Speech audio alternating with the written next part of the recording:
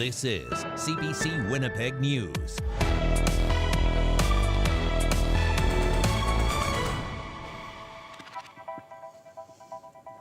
Good evening. Thanks for joining us. There's still weeks to go in the federal election campaign, but for those on campus, early voting in Manitoba starts next week. It wasn't allowed in 2021 because of the pandemic, and that election saw a dip in young people casting their ballot. CBC's Matt Humphrey has more.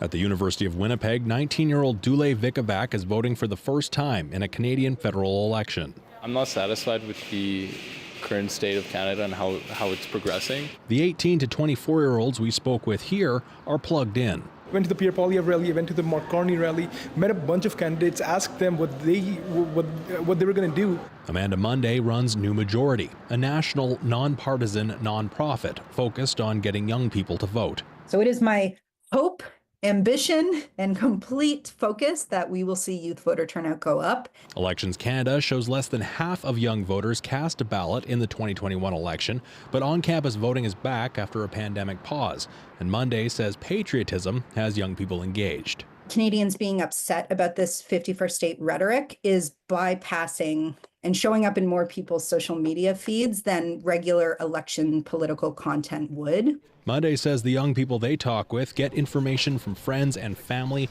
but many also go online or use social media. Professor Heidi Twarek has concerns around online misinformation. Where do we have issues where maybe we've got a bit of an information void on certain social media platforms, whether it's TikTok, Instagram, etc. And so that means when young people are looking for information, what they're finding is low quality stuff where people are trying to sell them stuff, foreign actors intervening. She studies democracy at the University of British Columbia. While misinformation's widespread, she doesn't think it'll sway the result of a Canadian election. People don't ultimately make their decision on who they vote for based on one or two pieces of information. That the research is really pretty strong on that. We see that political ads and other kinds of information are either cementing people's intention to vote, or it's pushing up or down their likelihood to go out and vote, but it's not ultimately deciding who becomes Prime Minister. Vikavac says he fact-checks what he reads. There's a lot of criticism of the current government, but then there's also a lot of criticism on, the opposing party. So then it's very divided. I'm still deciding on who I'm voting for, but I do think that as a Canadian citizen, voting is very important. It's a right, especially as a woman. On-campus voting starts April 13th at 4 different Manitoba campuses. Matt Humphrey, CBC News, Winnipeg. 1 in 3 fatal crashes are due to impaired driving. That's according to Manitoba Public Insurance. But it's not just drinking. Police say an alarming number of Winnipeggers are choosing to drive high. CBC's Felicia Adam has more. You can smoke it, eat it, and even drink it. There are multiple ways of using cannabis. And Winnipeg police say the number of people driving under its influence is concerning. People seem to think that it's okay to do this throughout the day, which is fine, but ultimately you need to choose not to drive after. From January to March, police with Manitoba Public Insurance and the province carried out what they call a targeted initiative to find people driving high, building on a similar project they did last year. Almost 50% of the people we tested were found positive, and again this year we're finding the same results. From 302 traffic stops, over 200 drivers were tested and 97 came back positive for cannabis. Another 86 notices were handed out for the improper storage of cannabis and passengers using the drug in a vehicle. Police say the drivers range in age and were found throughout the city. Far too many Manitobans are still taking the risk of driving high and taking others' safety in their own hands as well. MPI head Satvir Jatana says 1 in 3 fatal collisions are due to impaired driving. It's a stark reminder of the preventable tragedies that can happen when someone makes the decision to drive impaired. Justice Minister Matt Wiebe says the province is backing an education campaign about the risks of driving high through online ads, billboards, posters, and flyers. Alcohol, of course, remains the leading cause of impaired driving offenses. Cannabis impairment is now the second highest contributor. This is a reality that we cannot ignore. Police say they'll continue to work closely with MPI with one simple message: don't drive high. Felicia Adam, CBC News, Winnipeg. There are growing efforts in Manitoba to recruit US doctors disillusioned with the Trump administration. Interest in Canada is gaining momentum among some physicians working south of the border. As CBC's Josh Crabb reports, there's a push to make it easier for them to move here.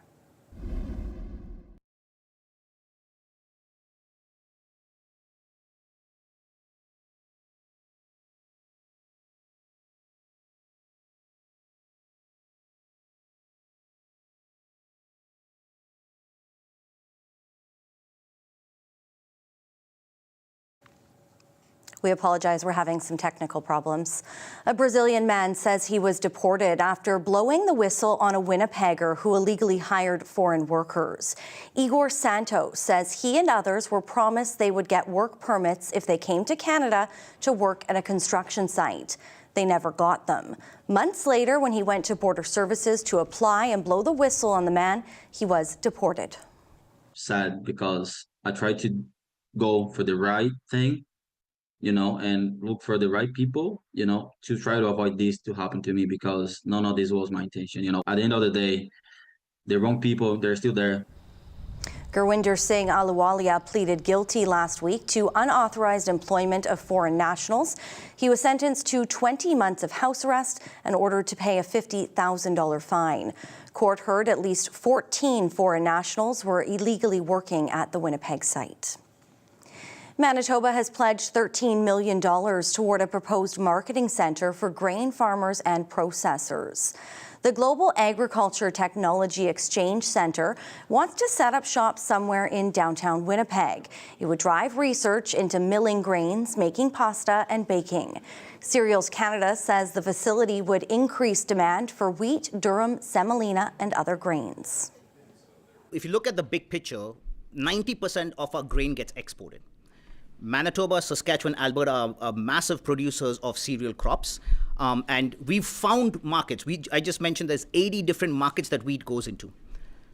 Now we want to support those markets and also develop new markets. The new centre would cost $102 million. Most of the funding is not in place. The province hopes the federal government will come to the table. Riley Lachuk is off for a couple days, so we're going to head over to Ethan Williams to have a check on our forecast. Ethan. Well, thanks, Brittany. And some cloud cover over the Winnipeg area and through the Red River Valley today, thanks to a warm front that's been moving through the province. Otherwise, nice clear skies back further out west. And that warm front certainly bringing some nice warm temperatures to much of Manitoba as we've gone through Thursday, and definitely where we've seen that sunshine out in western sections, even getting above the 15-degree mark. Many locations, as you can see, even up around the Hudson Bay coast in Churchill, even getting above freezing there today. So gorgeous temperature-wise, and I think we're in for another nice day as we get into Friday. Starting Friday where we started Thursday, around +1 in the morning with light winds and a mix of sun and cloud. A bit of cloud cover, though, building back in as we get in toward the noon hour. And notice those wind gusts. They'll start to pick up as we get into the afternoon, gusting maybe 40 to 50, but a nice daytime high above seasonal of around 16. And I'll have the full details of your forecast coming up in a little bit. Thanks, Ethan.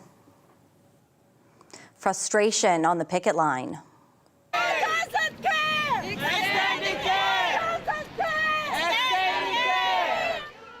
Healthcare support workers from Extendicare personal care homes are picketing. It's all over their employer's third-party payroll system. Their union says workers have experienced compensation issues since the new system was brought in 2 years ago. Dietary staff, healthcare aides, and housekeepers are among those raising their voices outside Tuxedo Villa Personal Care Home on Corridon. These people are working hard. They gave their hearts and hard hours to this job, so they should not be fighting for what they are owed. Extendicare tells CBC News it apologized to workers for any discrepancies, saying base pay for regular hours worked hadn't been impacted. It says it's created a dedicated team to deal with those mistakes, and it's working with the union. Well, Swan River is getting a new hotel. Construction will soon begin on the 76-room hotel and conference center. The Microtel by Wyndham will be 100% owned by Sapataouiat Cree Nation. It will include a restaurant, some gaming lounge, pool, water slide, conference center, and a sports lounge and golf simulator. Chief Nelson Gane says it will be a big boost to both the town and the First Nations economy.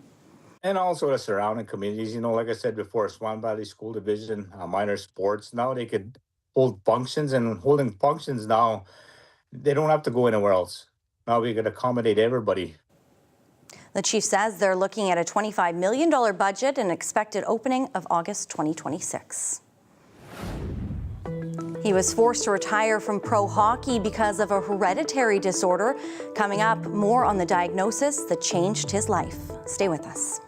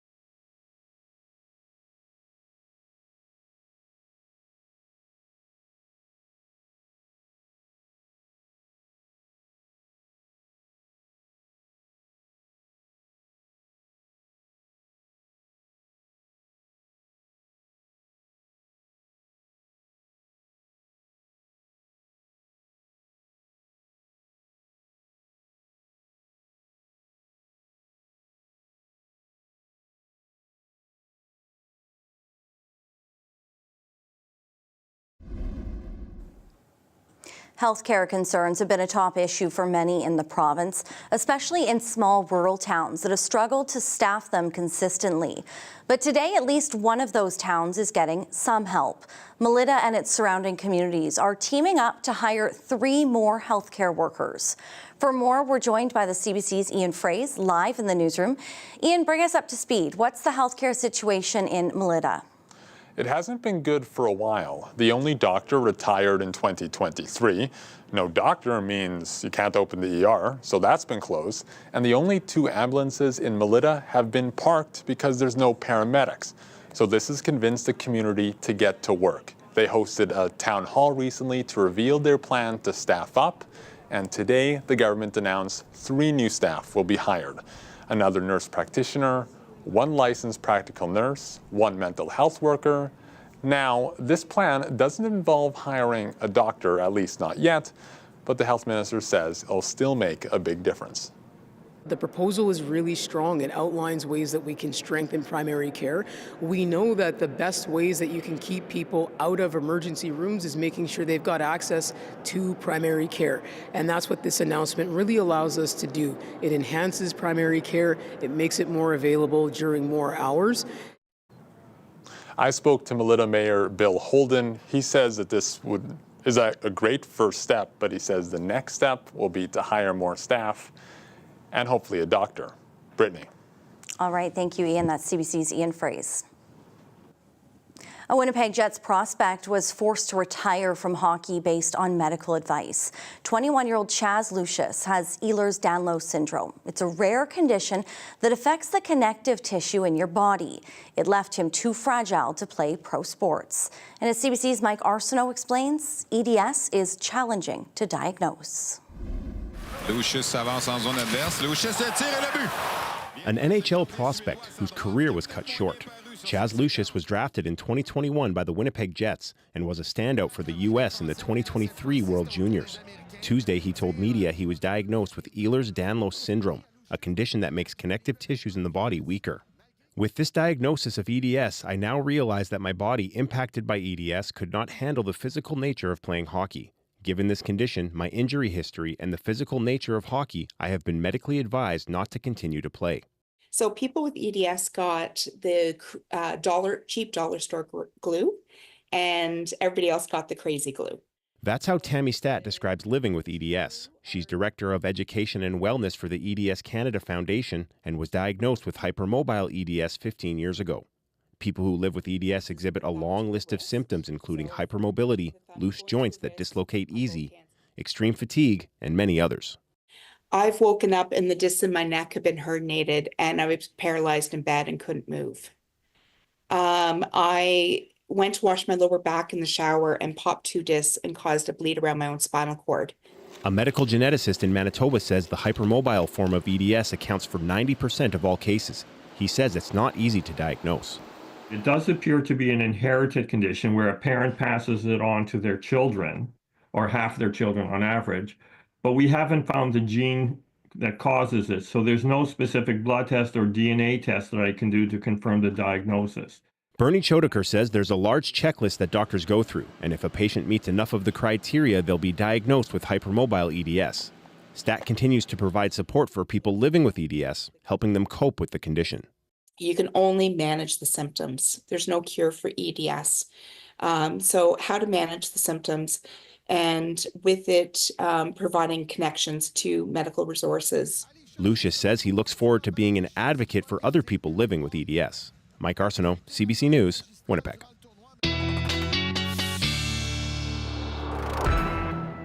Well, Brittany, a few different weather features to talk about on our weather map as we go through these next few days. We, of course, have the warm front that's been bringing through a little bit of some cloud cover and warmer temperatures. This area of high pressure, though, going to clear things out as we get kind of into the early hours Friday.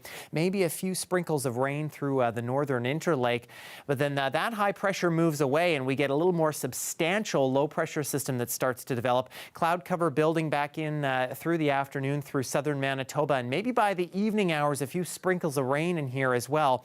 But it's really through northern Manitoba where we're going to see the brunt of the moisture from this, starting off as a little bit of rain as we get into Friday evening. And then by the time we get into Saturday, as the cold air from this system wraps around, that begins changing over to snow. For southern Manitoba, though, cold front moves through. That'll drop temperatures, especially for the back half of the weekend, but it does clear things out.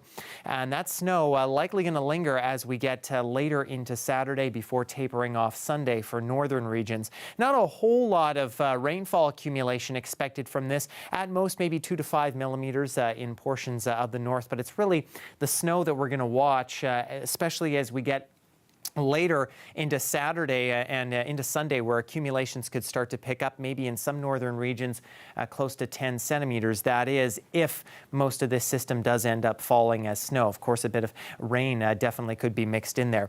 We're also watching once again for the possibility of some fog to develop overnight, particularly in the north and in eastern regions. As we get into early Friday morning, that should begin to dissipate, though, pretty quickly as we head into the afternoon and we get to some warmer temperatures burning that off. But as that low begins to move in, that's when we'll start to notice those winds picking up, especially through portions of the Inner Lake and the Hudson Bay coast as we get into early Friday, starting to pick up later in the day Friday for Winnipeg and the Red River Valley. Gusts near 60 possibly as we get into Friday evening or so.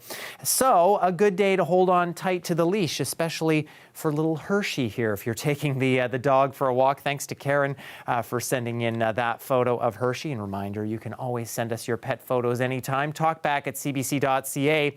Once we get through the wind and into Saturday, we're looking for a pretty nice start to the weekend, getting up to around 17 degrees with a mix of sun and cloud building back in for Sunday with temperatures a bit on the chilly side.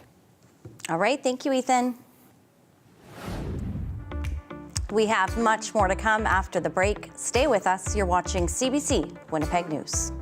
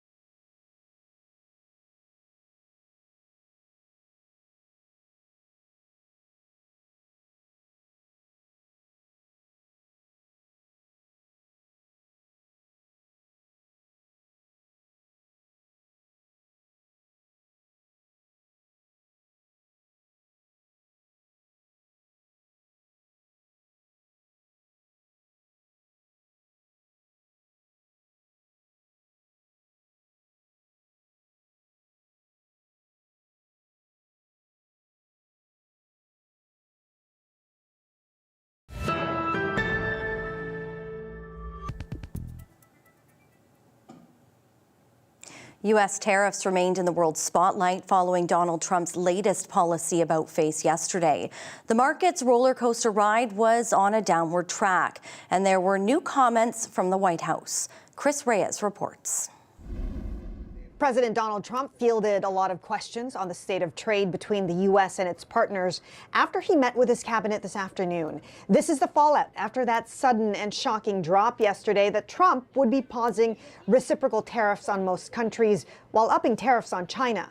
Today, the White House clarified that China will be facing a 145% levy on all its imports. 125% was announced yesterday, and the 20% that was already in place when Trump came into office stacks on top of that. The Chinese Foreign Ministry responded with another strongly worded statement, which reads in part, "Tariff and trade wars have no winner. China does not want to fight these wars, but is not scared of them. If the U.S. is determined to fight a tariff and trade war, China's response will continue to the end." Despite the escalation, Trump said he's open to talks with China. We're resetting the table, and I'm sure that we'll be able to get along very well. I have great respect for President Xi. He's been, in a true sense, he's been a friend of mine for a long period of time, and I think that we'll end up working out something that's very good for both countries. Trump's economic advisors have also said that negotiations with other countries are already underway, and the 90-day pause will be used to negotiate deals tailor-made to each trading partner. Some Democrats are reacting not just to the tariff pause, but the motivation behind it, calling for an investigation into possible insider trading because of this post from Trump, encouraging his followers to buy the Trump crypto coin.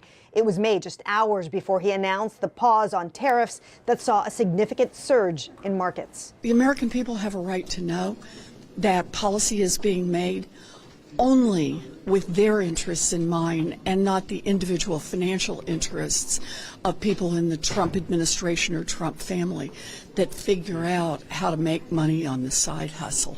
Meanwhile, the Trump team seems to be forging ahead with negotiations, saying that deals with at least two countries are almost ready to close. Trump also said that he won't rule out extending the 90-day pause. Chris Reyes, CBC News, New York.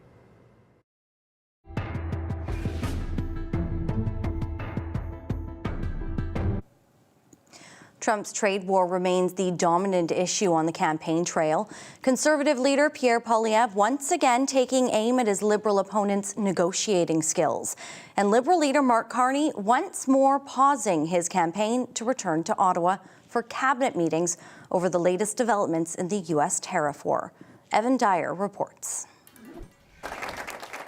The shifting policies in Washington are shaking up the Canadian election campaign. In light of the evolving situation after today's campaigning, I will return to Ottawa. I will convene a meeting. Mark Carney said he was coordinating his reaction with the European Commission's president. I had an exchange. I understand their decision to have developed countermeasures, but to delay the implementation pending negotiations. Conservative leader Pierre Poilievre criticized both Trump and Carney.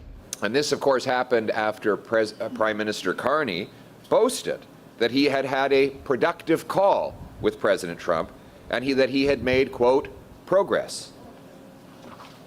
What progress? Poilievre said Carney had failed to get the reprieve other countries had obtained. Now, I'm not blaming Mr. Carney for the fact that there are even more American tariffs on Canada now than there were when he took office, or for the fact that other countries got a pause in tariffs while he failed to secure one here in Canada.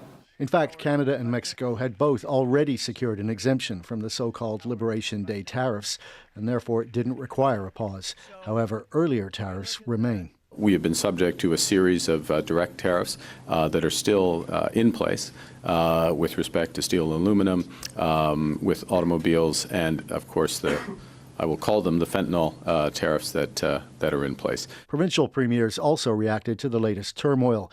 BC's David Eby had already directed government agencies not to make new contracts with U.S. firms. Now he wants to make that retroactive. This is a look at your existing contracts It's a deeper dive into purchases that have already been made or existing service contracts from Americans. Eby says he wants BC agencies to end travel and even cancel subscriptions from U.S. publications. The reason why we've not ever done this previously is because we had trade obligations to the United States. These are trade obligations that the president walked away from in order to attempt to destroy our economy and turn us into the 51st state. The tariff situation for Canada really hasn't changed over the past week, and yet today Canadian shares dropped again. It's the third time Mark Carney's had to suspend his campaign and return to Ottawa to deal with developments coming out of the Trump administration.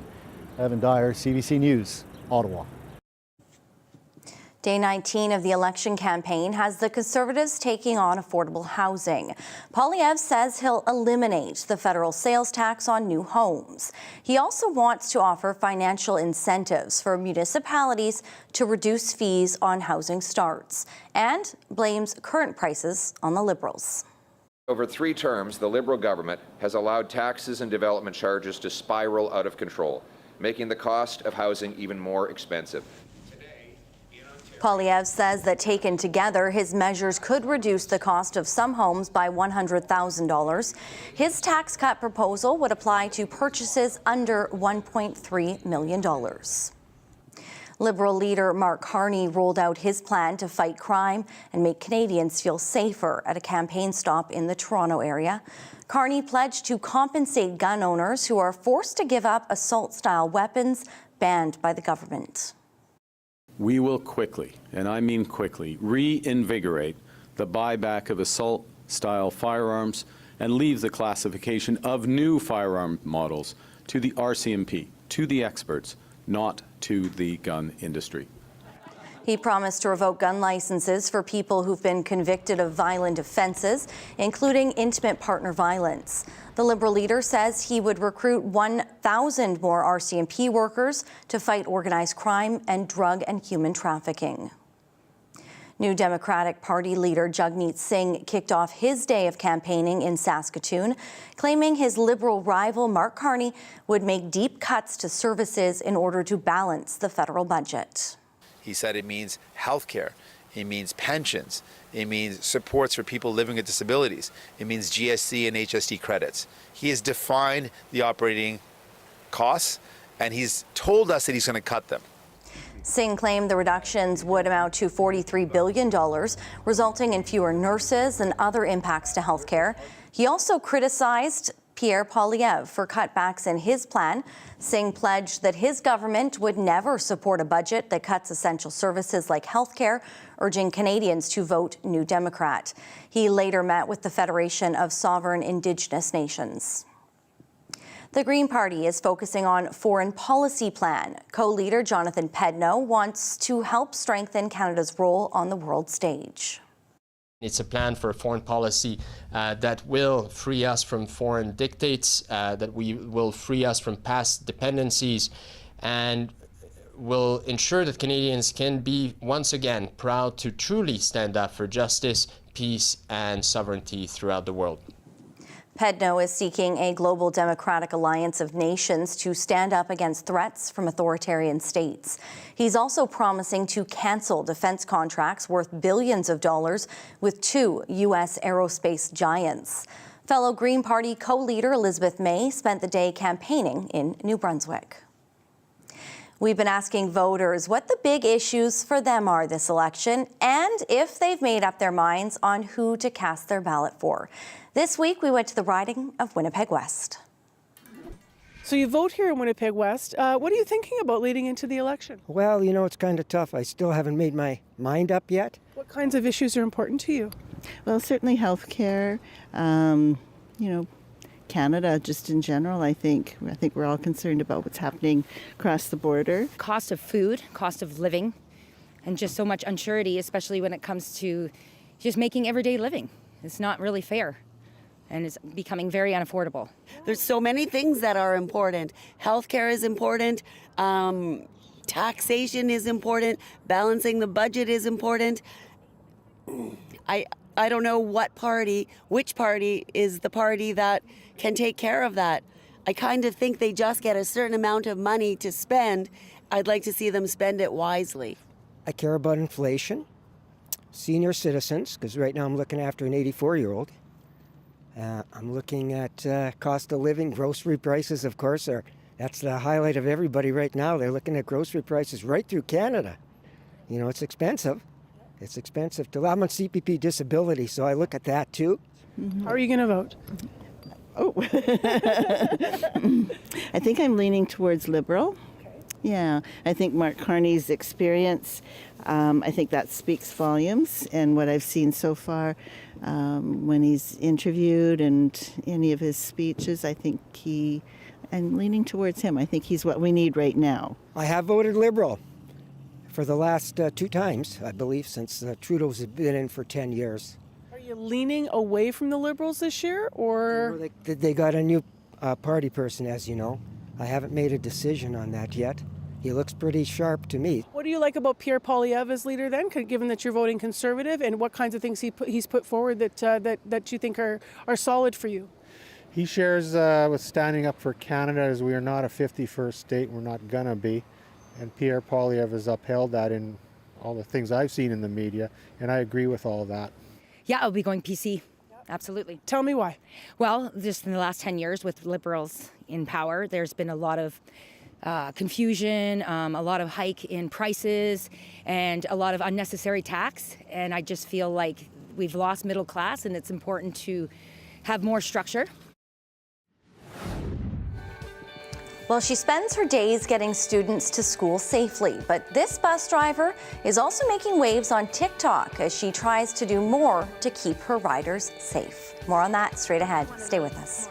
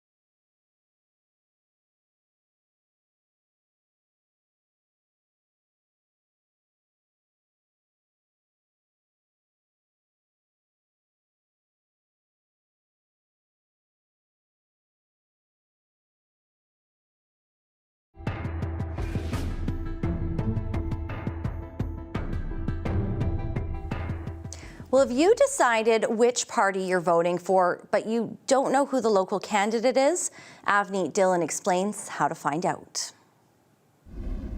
Elections Canada now has a complete list of all the candidates running in this federal election. You can look up the candidates who are running in your riding at elections.ca. Type in your postal code in the My Voter information box and click on who are the candidates in my electoral district. All candidate names and their party affiliation can be found there, along with their website and contact information. When you go to vote at your assigned polling station, their names will be printed out on your ballot, whether that's on Election Day, April 28th, or during advance polls from April 18th to April 21st. But if you're voting earlier by mail or at an Elections Canada office, you'll need to write the name of the candidate you're voting for on your ballot. A ballot with just a party name won't be counted. If you have more election questions, email us at ask@cbc.ca. A helicopter has crashed into the Hudson River in New York near Lower Manhattan. It was a tourist chopper passing near the Statue of Liberty. Witnesses say it broke apart in mid-air and hit the water upside down. 6 people were on board, the pilot and a family from Spain that included 3 children. There are no survivors. Well, a winter of Donald Trump broadsides against Canada has seen a lot of Canadian travelers avoiding the U.S. Border crossings to the south have plummeted, and that's ominous for businesses that rely on tourists. Chris Reyes looks at the impact so far. Take any U.S. destination. Chances are you'll find Canadians in droves. Like in this beach town in the southern stretch of the Jersey Shore. You'd go past every hotel in the Wildwoods and it would be nothing but Quebec license plates, sprinkled with a couple Ontario ones, but it was wall-to-wall Canadians. In 2024, Canada was the U.S.'s biggest source of international travelers. Their business generated $20 billion in spending. In New York City alone, more than 1 million visited last year. Just ask Matt Levy, owner of Spread Love Tours. I can tell you 30 to 50% of the tours that my company gives are for Canadian high school groups. I say Canada should be our 51st state. But with every threat from the Trump administration, those numbers are changing fast. Canadian airlines have reduced or canceled flights in recent months due to a drop in demand. Land border crossings are down almost 25% in February compared to last year. Levy feels it. My company grossed $35,000 exclusively from Canadian high school kids coming to New York City for their class trip. 2025, $5,000 and going down. Down in Wildwoods, New Jersey, the cancellations aren't happening yet, with another month or so to go before the season opens. But there is concern. We're going to feel it, a big impact in our pocket, end of the season, if they don't show up this year. This massive public beach is one of the main reasons why so many Canadians come to this part of New Jersey every year. But this summer, the warm waters might not be enough to calm those feelings of frustration and anger. And for that reason, businesses are working on some new messaging. We know that without our Canadian friends, it's just not the same in the Wildwoods. In New York City, Levy is hopeful that Canadians will come back. He just doesn't know when. I get back to my Canadian clients and I say, I don't blame you. I wouldn't come down to my country either if I were in your situation. I don't need to remind you, New York is not representative of the politics coming out of DC. At least for now, many Canadians don't seem ready to make the distinction, nor in the mood to choose their travel plans over politics. Chris Reyes, CBC News, New York.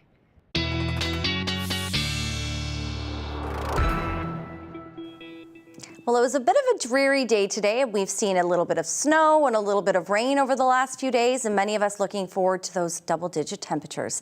Let's bring in Ethan Williams for a check on our forecast.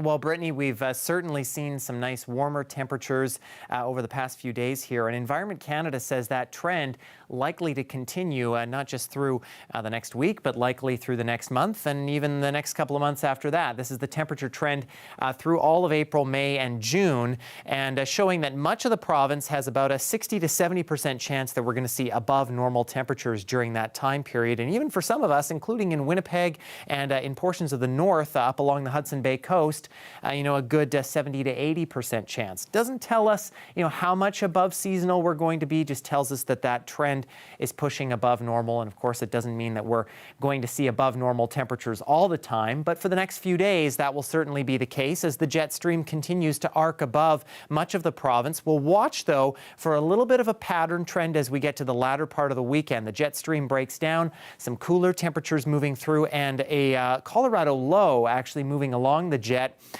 into Manitoba and northwestern Ontario as we get Sunday into Monday. Right now, that is, though, looking primarily like a rain event, especially for those of us in Manitoba, but something we'll keep our eye on just in case in the coming days. In the meantime, pretty uneventful weather as we go overnight. Again, those clouds beginning to clear out as high pressure moves in. Temperatures hanging right around the freezing mark for southern Manitoba as we go through the night into Friday. And for the north, these temperatures, for some of us, actually well above seasonal for this time of year, especially the further north you are. Again, seeing a little bit of that cloud cover beginning to build into western sections of the north, and that's because we have the beginnings of that low pressure system starting to move in. So cloud to start the day in Flin Flon and Grand Rapids and locations near the Saskatchewan border, fully clouded over by the noon hour with a few sprinkles of rain. And then again, as we get later into the afternoon Friday, that's when that rain starts to move through, and again, snow starting to move in likely as we get into Saturday. But you notice pretty quickly in behind this, we actually start to see some clearing conditions. For southern Manitoba, starting the day with sunshine, and then we do catch a little bit of that cloud cover. I think mostly it's going to be confined to the inner lake, but even the Red River Valley could start seeing some increasing cloudiness, including Winnipeg as we get toward the noon hour before things start to clear a little bit as we head into the afternoon, although I think we'll by and large avoid any moisture from the system, especially for Friday. But we will watch, Brittany, as those winds are going to start to pick up as we get into the evening hours. All right, thank you, Ethan. Well, there are growing efforts in Manitoba to recruit U.S. doctors disillusioned with the Trump administration. Interest in Canada is gaining momentum among some physicians working south of the border. As CBC's Josh Crabb reports, there's a push to make it easier for them to move here. You want to have a seat there, buddy? Doctors' offices and hospitals in Canada and here in Manitoba could soon be getting an injection of U.S. medical professionals. It's become a more attractive option since the election of Donald Trump. The absolute just gutting of healthcare, it's day after day we're hearing about some new horror about programs that are being slashed. The doctors would be a welcome addition to a country and province both in dire need of more family physicians. So family medicine, family practitioners are the most needed. Doctors Manitoba has already been running advertising in some U.S. states. A healthy Manitoba needs healthy doctors behind it. And there's been a sharp rise in physicians signing up online to learn more about practicing north of the border. Canadian Medical Association President Dr. Joss Reimer is urging Canada to act fast in order to make it easier for U.S. doctors to move and work in this country. We really have a window to be able to find a silver lining in all of the things that are happening in the U.S. to bring a wealth of expertise and physicians to Canada to help care for Canadians. Manitoba Premier Wab Kinew says his government is trying to take advantage of internationally trained doctors looking to leave the U.S. The Premier says provincial recruiters were working with 6 doctors from the U.S. just last week to try and bring them to Manitoba. The CMA says the visa and immigration process and getting licensed are the 2 biggest barriers. The Premier says the province is working to change that. We're going beyond just knocking down the barriers to entry. We're also in the design stages of an advertising campaign. Winnipeg-born Dr. Jen Gunter isn't sure if she'll practice again in Canada, but does know she wants to bring her skills back to this country to make a difference. I want to really take all of this sort of 40 years of knowledge and say, these are some gaps. I'd like to try to help fill those.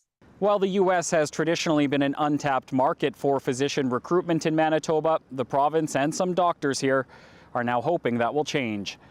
Josh Crabb, CBC News, Winnipeg. A Manitoba school bus driver says more needs to be done to keep young riders safe. Jody Ruda drives kids to and from school in Beausejour, but she also has more than 150,000 TikTok followers where she posts to raise awareness about school bus safety and her push to make seatbelts mandatory on board. She spoke with Marcy Marcusa on Information Radio. When did you first start thinking about, the seatbelts on school buses and in your call to have them mandatory on buses? What prompted that for you?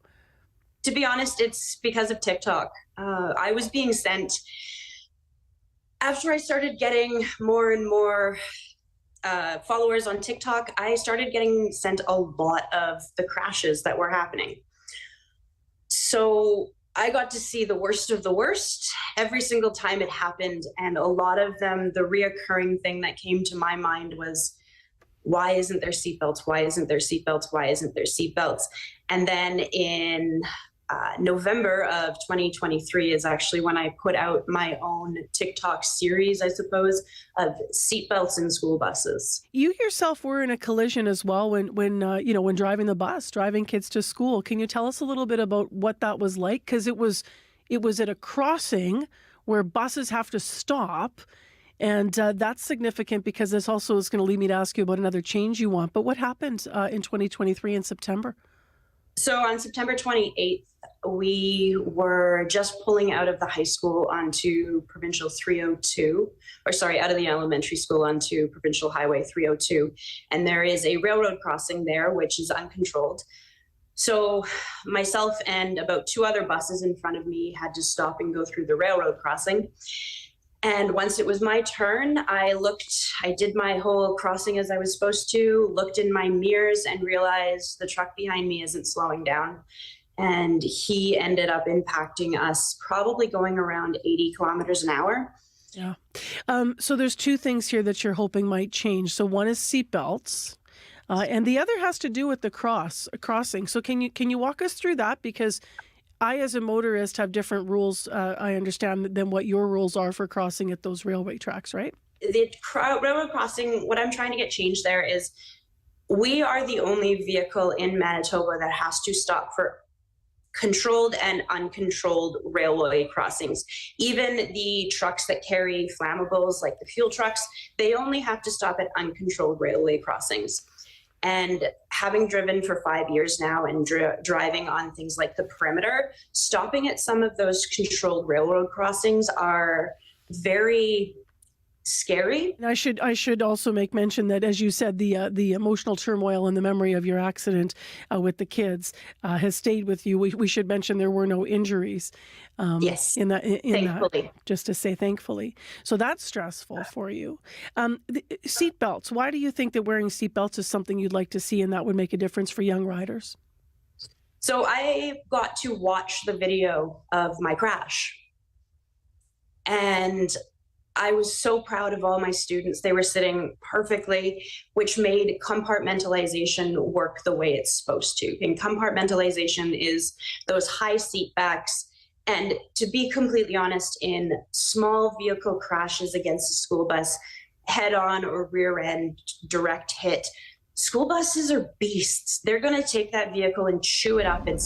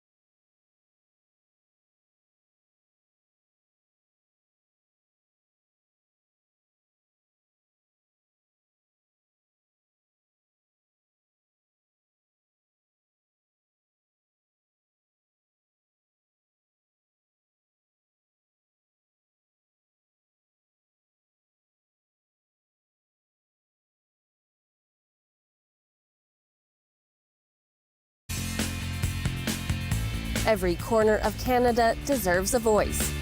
Local news connects us from coast to coast to coast. CBC is expanding local news locations all over the country, and we're looking for storytellers. Help us tell your story and make a difference in your community. Visit cbc.ca/workwithus to apply today.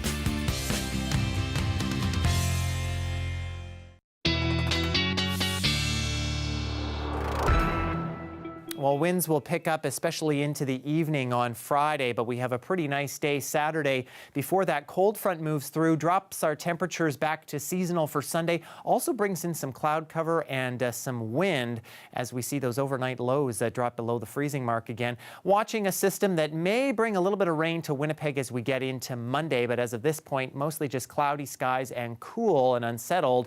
But then we're right back into the sunshine as we get into the rest of the work week with those temperatures bumping up again, and even those overnight lows getting above the freezing mark, albeit a little bit breezy at times as we head into the work week, Brittany, but overall not too bad of a forecast as we head through April. Thanks, Ethan. Well, it was a showdown on the streets of Toronto, a battle between a hungry fox and some alert Canada geese. And much like Canadians right now, the iconic bird stood its ground. Wafi Ishman Chaudhry recounts the moment he filmed the nature battle.